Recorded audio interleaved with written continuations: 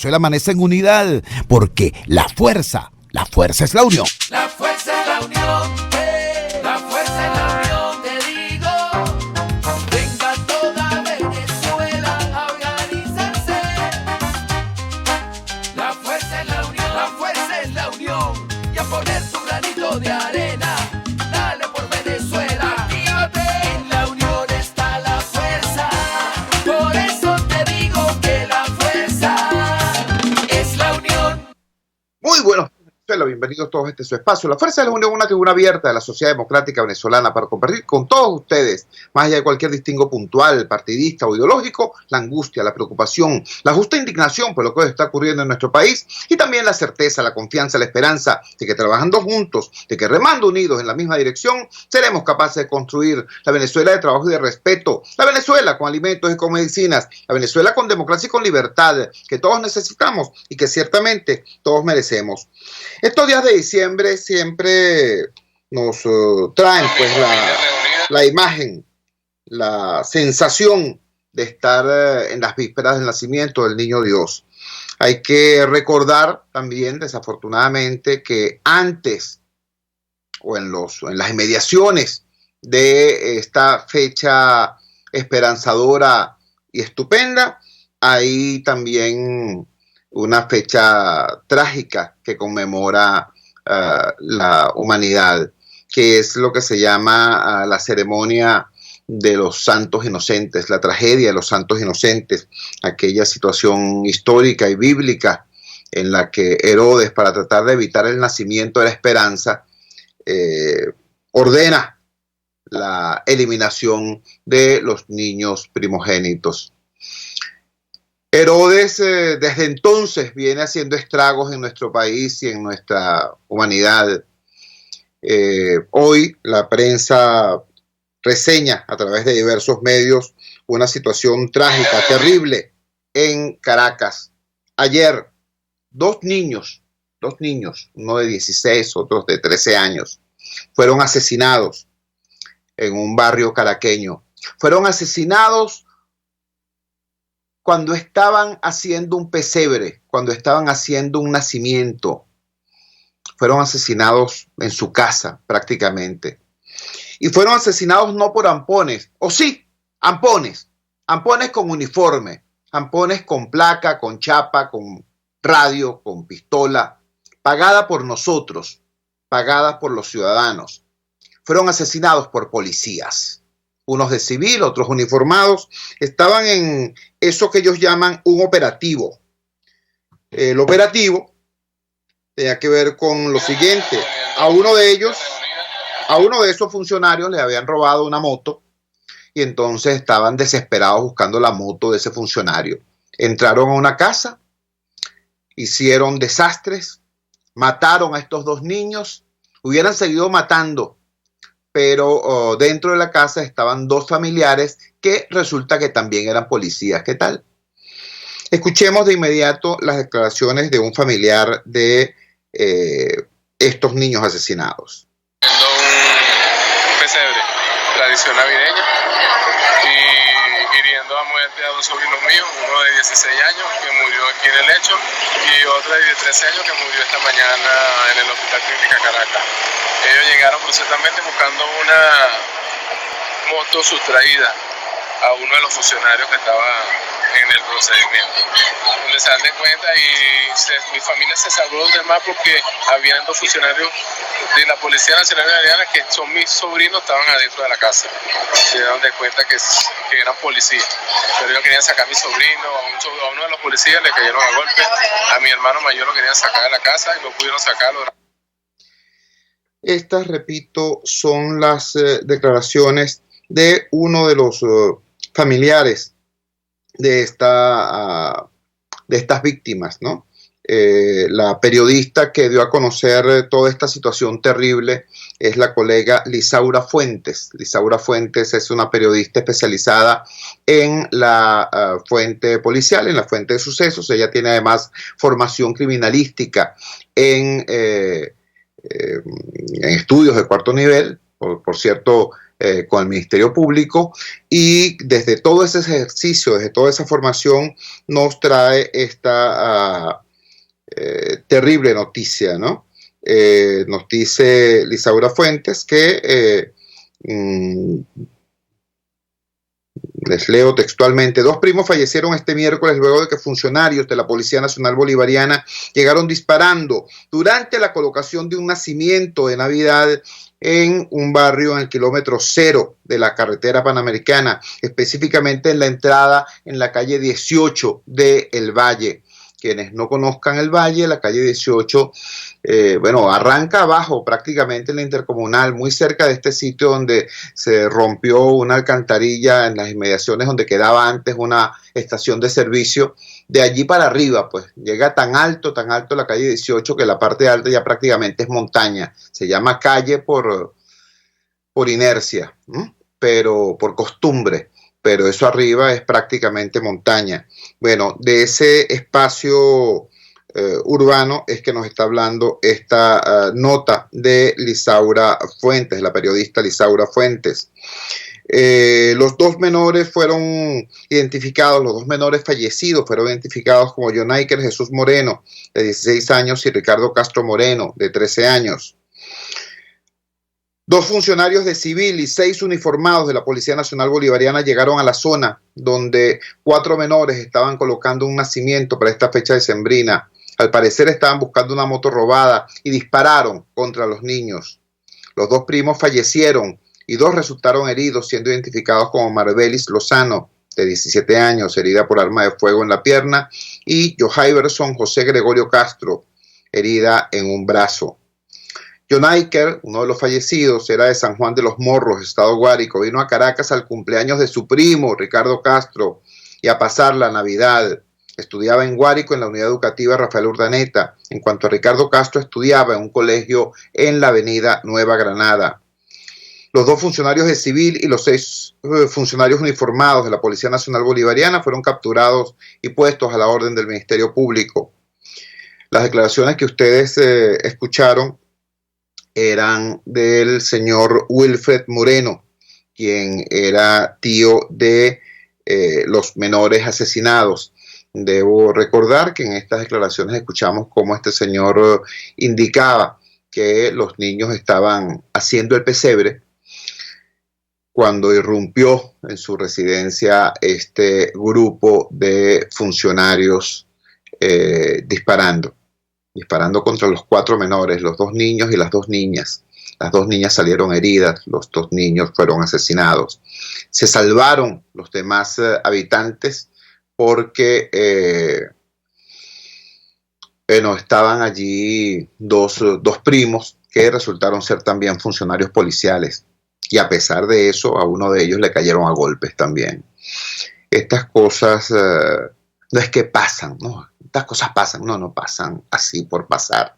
Esto ocurre cuando el país está en este proceso intenso de degradación, cuando las instituciones están destruidas desde adentro, cuando los ciudadanos, cuando ven un policía, no se alegran exactamente porque está un servidor público que los va a proteger y a servir, sino que se preocupan porque perfectamente de allí es que puede provenir el peligro que afecte su vida, su integridad, su libertad o sus bienes. Esa es la situación. Yo extiendo mi palabra de pésame y de solidaridad a todas estas personas afectadas. Yo quiero que se ubiquen, por el amor de Dios. Quizá la mayoría de las personas que me está escuchando no conoce este espacio, pero yo que he estado allí innumerables veces, yo que conozco toda esta cordillera de barrios que está prácticamente desde allá, desde antes de la Rinconada, desde el sector Las Mayas, hasta llegar al otro extremo, prácticamente cercano al terminal de la Bandera, donde está la comunidad de San Antonio. Toda esa es una cordillera de barrios. Al frente queda, digamos, la estrecha franja de la zona urbana del valle, los jardines del valle, los edificios, etcétera, etcétera. Y detrás de eso está ese emporio militar que es Fuerte Tiuna. quien vea Fuerte Tiuna, uno ve unas cosas bien bonitas, un laguito, una grama verdecita, un estadio de béisbol, etcétera, etcétera. Y en el medio están unas comunidades populares con problemas, por supuesto. Está Radio Valle, está la organización Alberto Rabel, están los edificios, está Coche, con problemas, con carencias, por supuesto. Pero, repito, es un espacio urbano. Pero de allí para arriba, a la derecha, al cerro, está una comunidad muy grande, muy vasta, aquejada por grandes calamidades, por sed, por mucha sed. Ahí escasea el agua desde hace muchísimo tiempo. Y bueno, y ahora con la situación económica escasea no solamente el agua, sino los alimentos, etcétera, etcétera, etcétera. Y además el tema de la inseguridad es terrible. No solamente por las bandas de ampones que azotan a la comunidad, sino por este drama que están escuchando, como desgraciadamente el actor policial, en vez de ser un factor de seguridad, termina siendo la causa de la muerte. Repito, nuestra palabra de solidaridad a todos los compatriotas afectados por esta desgracia, nuestro agradecimiento a la colega Lisaura Fuentes, especialista en la fuente de sucesos, que hizo del conocimiento público esta información que es reseñada por algunos medios. Como ustedes saben, poco reseño yo acá en este espacio este tipo de información, precisamente porque sé que a esta hora hay muchos padres que están acomodando a los niños para marchar ya con ellos hacia la escuela, ¿no? Aquí hay dos circunstancias especiales. En primer lugar, no hay clases, así que los niños deben estar seguramente en su inmensa mayoría durmiendo. Y en segundo lugar, son precisamente niños los afectados. En víspera de la Navidad, montando un pesebre, son asesinados 2 niños venezolanos a manos de unos policías. Esto tiene que estremecer la conciencia de un país, si es que aún tenemos país. Vamos a la siguiente pausa comercial y ya regresamos con muchísimo más de La Fuerza. La fuerza es la unión. Usted escucha Unidad, la fuerza es la unión, con Chuo Torrealba por RCR 750 AM. Puedes seguirnos en nuestras redes sociales. En Twitter, @RCR750, la radio que se ve. En RCR somos vanguardia. Toda la programación de tu RCR también la puedes seguir a través de la internet. Audio y video en tiempo real, noticias y mucho más. No te pierdas ni un segundo de nuestra programación. No hay excusa ni cadena que valga para que dejes de escucharnos. Ingresa a rcr.tv, la radio que se ve.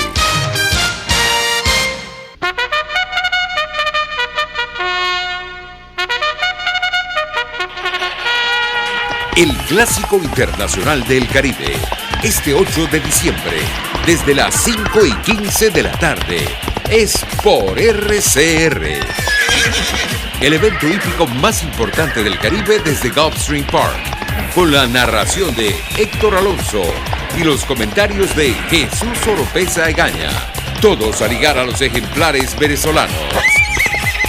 El Clásico del Caribe, por RCR 750 AM y RCR.tv, la radio que se ve. Opinión, ideas en debate. Usted escucha a Chuo Torrealba en Unidad, la fuerza es la unión, por RCR. Regresamos a La Fuerza es la Unión. En días pasados hicimos nosotros acá tuvimos una conversación con el dirigente popular del Estado Vargas, Carlos Teixeira. Carlos Teixeira nos relataba y nos detallaba la situación crítica que vivía el Estado Vargas en materia de infraestructura y de servicios. Nos decía, un Estado que apenas sobrevive gracias a sus playas, resulta que tiene sus playas contaminadas por la descarga directa de materia fecal, porque no existe en operación una planta de tratamiento. La planta de tratamiento de aguas servidas de Punta Gorda, está allí durmiendo el sueño de los justos desde hace una gran cantidad de años. Esas y otras cosas nos refería Carlos Teixeira. Luego que ocurrió eso, luego que tuvimos acá esa participación de Teixeira, el señor García Carneiro, gobernador del estado Vargas, tuvo una participación en el show de Diosdado Cabello, que es claramente una respuesta a las declaraciones de Teixeira. Decía el señor Carneiro que bueno, todo estaba maravilloso en el estado Vargas, que bueno, Carlos estaba denunciando que en medio de aquel desastre Carneiro se aprestaba a hacer un megabonche, una megarrumba, el equivalente en Vargas de El Suena Caracas. Y bueno, Carneiro fue al show de Diosdado Cabello a justificar tal despropósito, a decir que todo estaba perfecto en Vargas y a decir que, bueno, dos nuevas noticias. Primero, que supuestamente iba a terminar el estadio de los Tiburones de La Guaira. Y segundo, una gran hazaña, que iba a poner en operación el Hotel Makuto Sheraton y el Meliá, que tiene 19 años paralizados, a pesar de que de que esas estructuras no sufrieron daño severo alguno en el deslave del 99. Para que nos comente toda esta situación, tenemos en línea nuevamente al dirigente popular del estado Vargas, Carlos Teixeira. Carlos, buenos días, gracias por atender nuestra llamada madrugadora. ¿Qué opinión te merece estas afirmaciones hechas por el señor García Carneiro en el marco del show de Diosdado Cabello? Te escuchamos. Buenos días, Jesús. Bueno, en primer lugar vamos a hacer un comentario, luego de saludar a toda la audiencia de la Fuerza de la Unión. Un comentario que es obligante. Mira, primero que para montar ese show, como tú lo llamas, que en otra oportunidad, como tú acertadamente lo llamas, en otras oportunidades que han hecho también el show del Chepacandela del Furrial, por ejemplo en el Polideportivo José María Vargas, donde lo han hecho, bueno, este fue un despliegue mayor de funcionarios públicos con las camionetotas que le caracteriza, la caravana de carros, tanto de todos los cuerpos policiales y militares, en un bochornoso acto de utilización de recursos públicos, de movilización de funcionarios, un enjambre de escoltas que tiene este señor que cuando le acompañan para montar estos shows. Y bueno, la guinda del asunto fue esta extraordinaria mentira que hace el gobernador Carneiro, que le da crédito a las versiones que hablan de que, bueno, este señor debe estar bajo los efectos si no de alguna sustancia psicotrópica, si bajo los efectos de algo vinculado a un daño cerebral que puede causar cualquier bebida en un momento determinado. Mira, Jesús, en el Hotel Sheraton en este momento solo hay 26 trabajadores. 26 trabajadores. Esta es una información que nos la dan 3 sindicatos de la construcción que además son chavistas. ¿Cómo Carneiro va a hablar de 700 trabajadores en labores de rehabilitación de estos hoteles, que dicho sea de paso fueron hoteles destruidos más bien luego del deslave del año 99? Por cierto que es interesante buscar, siendo Maduro Moro presidente de la Asamblea Nacional, el crédito extraordinario aprobado por más de 28.000 millones de bolívares de aquel entonces, cuando era el bandido que llaman Castro Soteldo, ministro de Turismo. Bueno, esos recursos se los desviaron, se los robaron como se han robado en millonarias sumas asignadas a distintas obras. Lo mismo que el Hotel Meliá, pero vergonzoso es también el caso del teleférico. Es decir, 2 veces ofrecido en cadena nacional por Chávez, luego en la campaña de Carneiro para su primer intento de llegar a la gobernación de Vargas, en un pase directo realizado por el propio presidente Chávez, se anunció allí en Caraballeda, donde hicieron otro acto de esto, porque en algo que sí son muy buenos es en la realización de todos estos actos con unas tarimas además que solo se las hemos visto a Madonna, Michael Jackson, este tipo de artistas, porque de verdad que en eso sí tienen la puesta en escena, es fabulosa para poder colocar una mentira.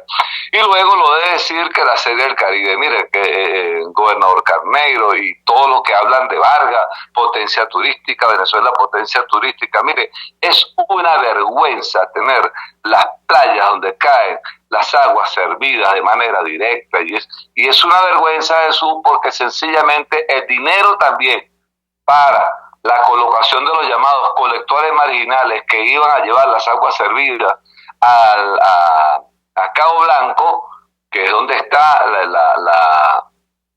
la planta de tratamiento, que es bueno decirlo, está paralizada. Se robaron los reales. 7 presupuestos se han robado allí en lo que es la planta de tratamiento de Cabo Blanco. Entonces, no vengan con esas mentiras. Nosotros tampoco tenemos capacidad para darle recepción a este determinado número de turistas, que inclusive colapsaría Vargas solo con que bajen 300 personas a buscar los hoteles que están en condiciones deplorables, sobre todo estos grandes hoteles de los que habla el gobernador de Mota. Y el estadio, Jesús, un estudio realizado, una investigación realizada por el diario La Verdad, llevó al cierre de este periódico por parte del gobernador, abusando, porque donde se demuestra que además el estadio ha sido una gran lavadora del narcotráfico. Sí, eso lo hace, eso se denunció en su oportunidad y llevó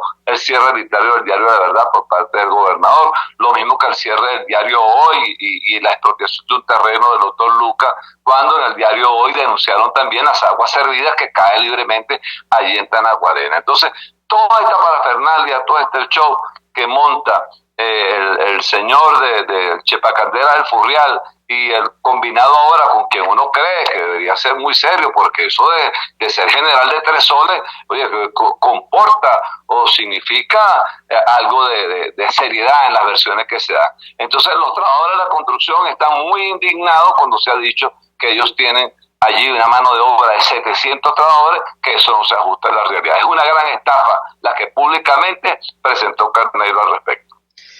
Escuchamos la voz del dirigente popular del Estado Vargas, Carlos Teixeira. Él es, por cierto, debo recordar, él fue funcionario del primer alcalde electo allá en el Estado Vargas, fue secretario de Educación, es una persona siempre vinculada a las luchas por el avance social en esa entidad litoralense, y es el ancla del radar de los barrios en la zona. Fue secretario ejecutivo de la MUD, cuando la MUD existía, y logró las victorias que allí se pudieron lograr. Repito, es Carlos Teixeira desmintiendo clara y rotundamente las afirmaciones hechas por García Carneiro en el show de Diosdado Cabello realizado desde el Estado Vargas el pasado miércoles. Allí, bueno, ya escucharon ustedes cómo los dineros del público, el tiempo de los funcionarios públicos, los recursos, los vehículos del Estado son utilizados como apoyatura, como equipo de producción, ¿no?, del show de Diosdado Cabello, para además montarle esa tarima espectacular a afirmaciones que, de acuerdo a lo que afirma Carlos Teixeira, están muy lejos de la verdad. Dijo allí el señor García Carneiro que una masa de 700 trabajadores estaban laborando activamente en la recuperación de los hoteles Meliá y Macuto Sheraton. Nos informa Carlos Teixeira que, de acuerdo a lo informado por los sindicatos chavistas de la construcción, son apenas 27 trabajadores los que están allí. Y nos recuerda acertadamente Teixeira que esos hoteles fueron devastados no por el deslave de tierra, piedras y lodo del 99, sino que fueron devastados por el deslave de corrupción de todos estos 19 años que han transcurrido desde entonces. Vamos a la siguiente pausa comercial y ya regresamos con muchísimo más de La Fuerza. La fuerza es la unión. Les estamos presentando Unidad. La fuerza es la unión. Solo por RCR 750 AM. RCR 750 AM. Porque lo bueno une. Moisés Naim en Efecto Naim. Hola, soy Moisés Naim desde Washington. conéctese a rcr.tv. También nos puede seguir por @Efecto Naim en Twitter y estamos en Facebook y en Instagram. Y no olvide que puede disfrutar todos los contenidos del programa cuando usted quiera, suscribiéndose a nuestro canal de YouTube. Nos vemos en la radio. Los miércoles y viernes a las 7 de la noche. Solo por RCR 750 AM. Conéctese a la emoción del hippismo nacional e internacional en Trasnocho Hípico, con la llave ganadora, Jesús Oropesa y Héctor Alonso. Estadísticas, entrevistas, pronósticos. Trasnocho Hípico, todos los miércoles, jueves y viernes a las 11 de la noche. Solo por RCR Deporte 750 AM.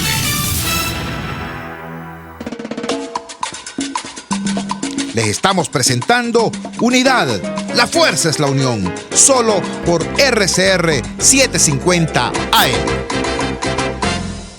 Regresamos a La Fuerza es la Unión y lo hacemos ahora consultando la opinión de un experto en ciencia política, el doctor Luis Salamanca. Luis Salamanca está en Caracas, está en su residencia. En el sector donde vive Luis Salamanca hay un apagón desde hace varias horas. Afortunadamente, la luminosidad de sus ideas pues no nos será negada porque por lo menos tiene energía en su celular como para atender nuestra llamada madrugadora. Queríamos consultar su opinión porque ayer se produjo un evento curioso. Ayer el chavismo convocó una, por cierto, escuálida, disminuida concentración de empleados públicos para conmemorar el 20 aniversario del 6 de diciembre de 1998.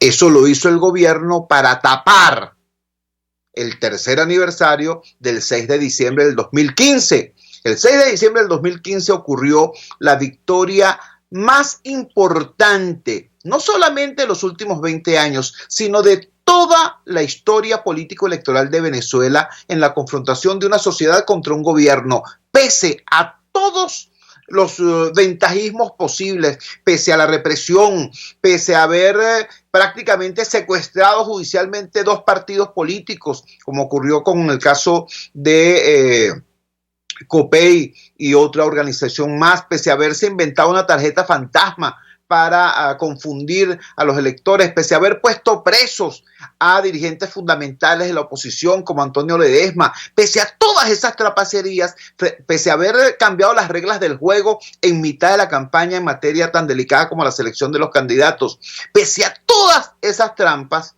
y bueno, y el abuso grotesco de los recursos públicos y todo el tema del Consejo Nacional Electoral y de del Plan República, pese a todo eso, las fuerzas democráticas le dieron no una derrota, sino, bueno, revolcaron al gobierno el pasado 6 de diciembre del 2015. Eso lo quiso tapar el gobierno. Ahora, lo realmente asombroso es que ayer ningún partido de oposición hizo ninguna referencia a eso. La cuenta de lo que queda de la MUD, @Unidad Venezuela, sorprendentemente tampoco dijo nada. Mira, voy más allá. Estas personas que son diputados, que son parlamentarios, precisamente por lo que ocurrió el 6 de diciembre del 2015, no abrieron la boca para decir nada al respecto. Una cosa sorprendente. Entonces, queríamos preguntarle a alguien que es conocedor de la política venezolana, del proceso político venezolano, desde una perspectiva más allá de lo contingente, ¿qué explica que una formación política no conmemore prácticamente su victoria más importante? ¿Qué puede generar eso?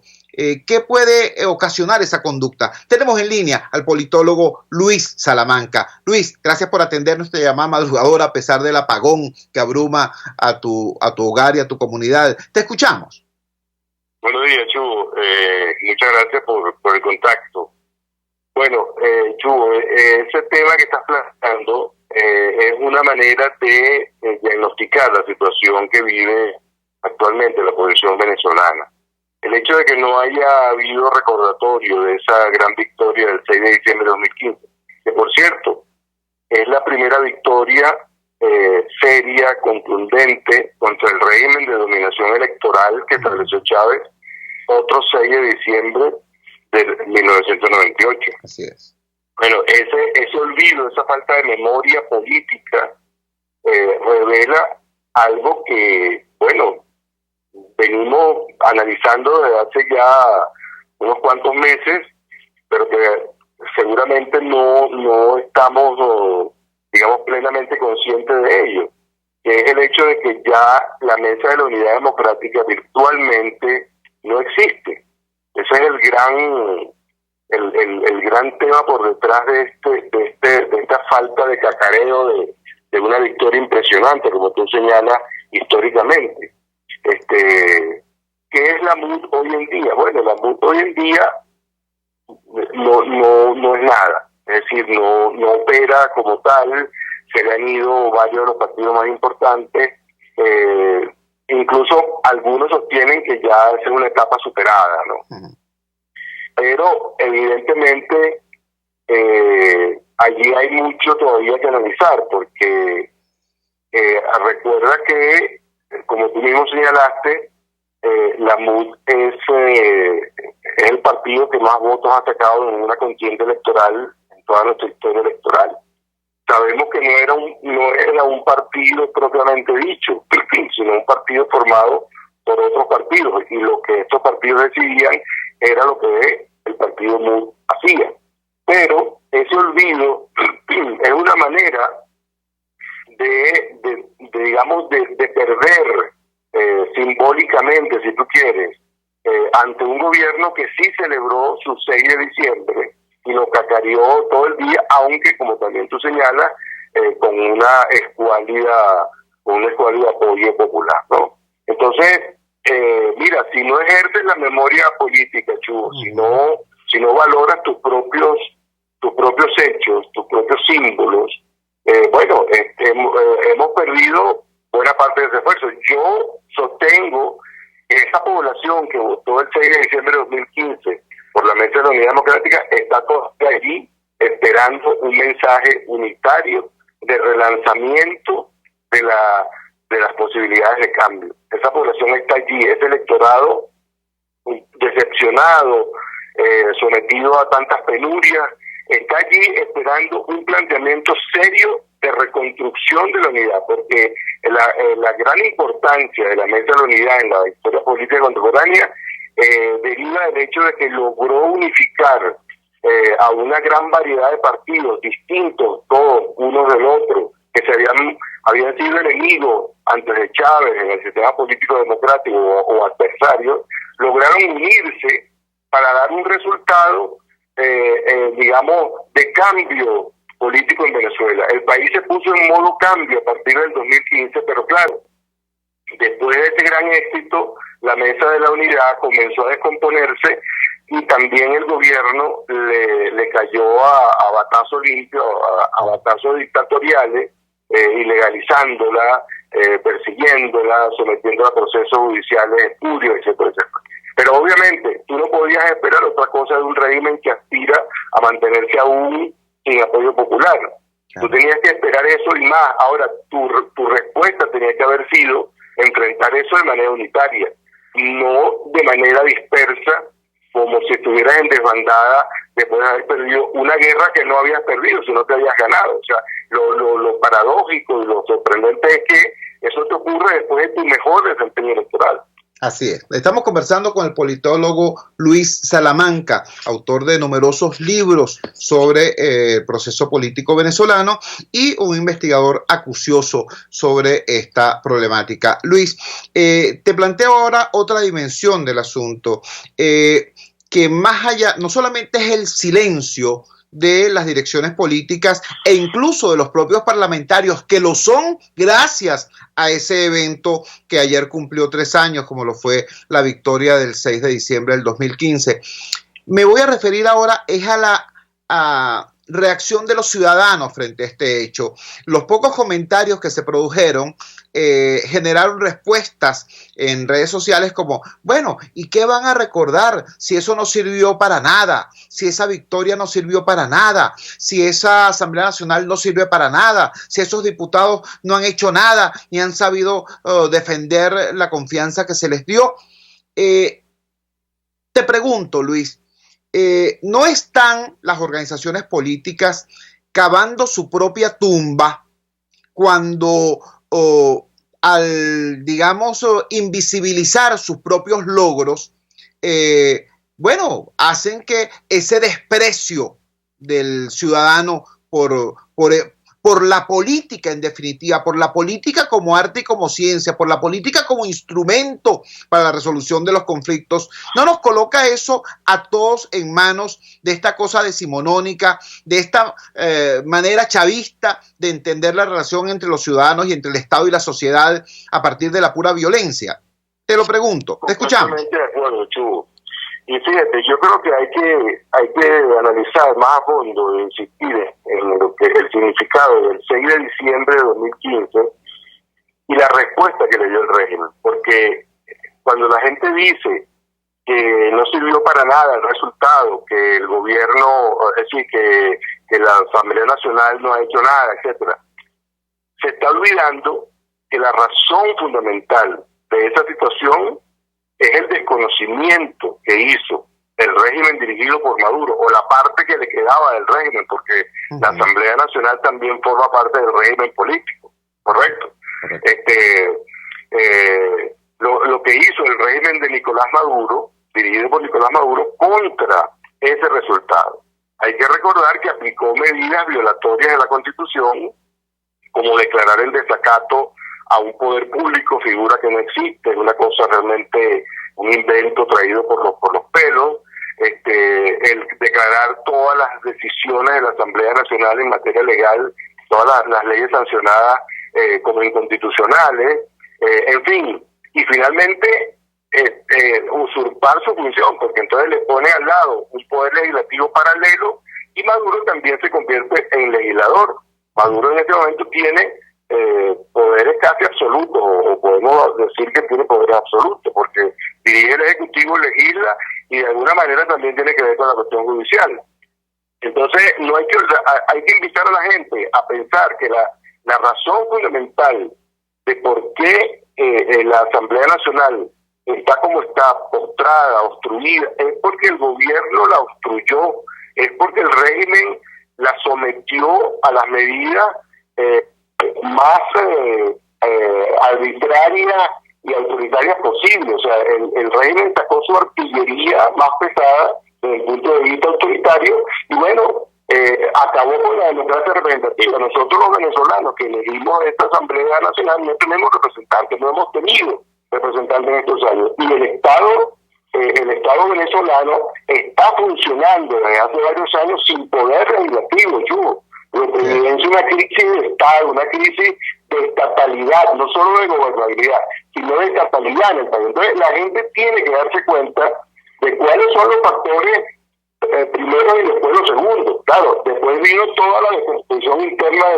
de la propia oposición, las luchas internas. Muchos creen, igual que mucha gente en las redes, que eso no sirve para nada, pero yo creo que están equivocados. Y los invito a reflexionar sobre digamos, los verdaderos motivos que han llevado a que la situación haya llegado al punto que ha llegado. Estamos conversando con el politólogo Luis Salamanca. Finalmente, Luis, una circunstancia que a mí me llama poderosamente la atención como ciudadano, como demócrata, como lo que soy, militante de base de la unidad. En este momento, Maduro estaba en Moscú pidiendo limosna.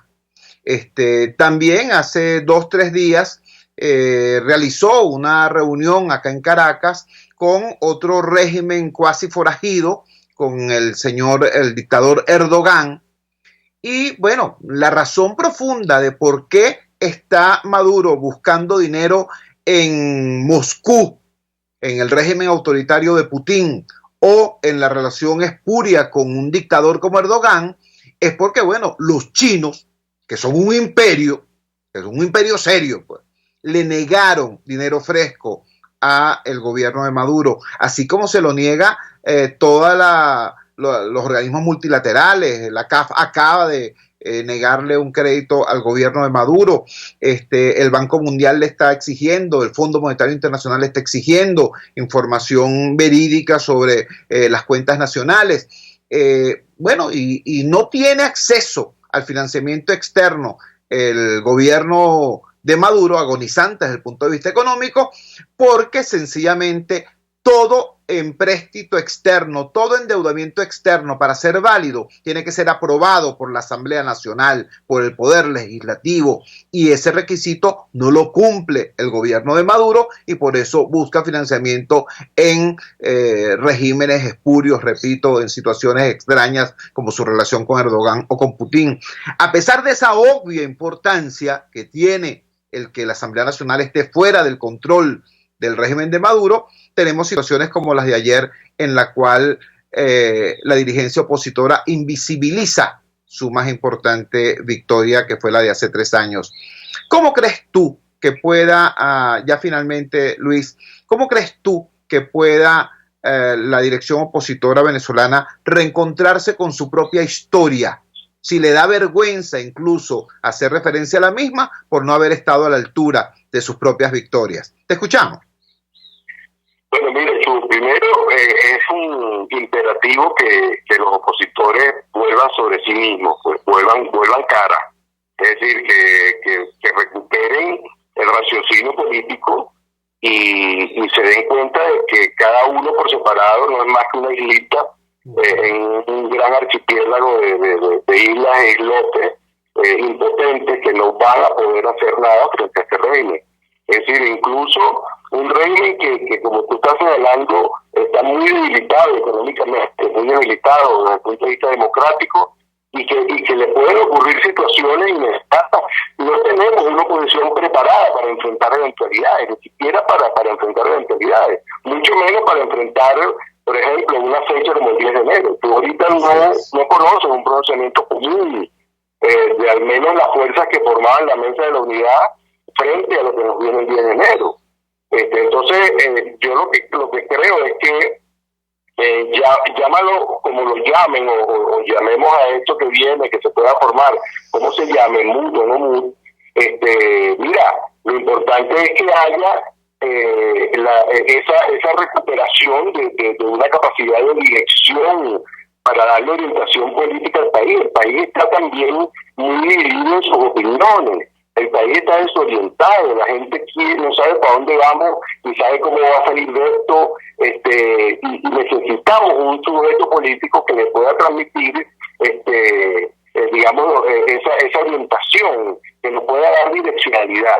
Pero, ¿cómo hacerlo? Mira, hay que dar un paso político gigantesco de seriedad política, de verdadera preocupación política por el país, porque en este momento cada uno está haciendo su trabajo por separado. Y está bien, a eso tienen derecho, bueno, construyan sus partidos o fortalezcan sus partidos. Pero mira, hay un problema nacional que nadie está atendiendo, que es el para dónde vamos. ¿Para dónde vamos? ¿Cómo podemos hacer para salir de eso? Sobre todo, Chugo, en una etapa que ya no es democrática y que no es constitucional. No tenemos GPS constitucional para dar la lucha por la recuperación de la democracia. No tenemos orientación, no tenemos guía. Y entonces, si no tenemos además un sector opositor unido, mira, esto se vuelve todavía mucho más desesperante. Pues entonces, es preciso hacer eso, y yo creo que no es nada del otro mundo, porque ya lo demostramos en el 2015, ese 6 de diciembre que no celebramos ayer, demostramos que sí se podía, que se puede lograr la unidad en la diversidad de partidos y de visiones y de intereses y de pretensiones personales. Es decir, hay mucho de eso en este momento. Ahorita no hay poder a la vuelta de la esquina, Chugo, y no hay milagro político tampoco. Tienes que trabajar, hacer la tarea para que los resultados políticos que tú quieres se den, el cambio, la vuelta a la democracia. Así es.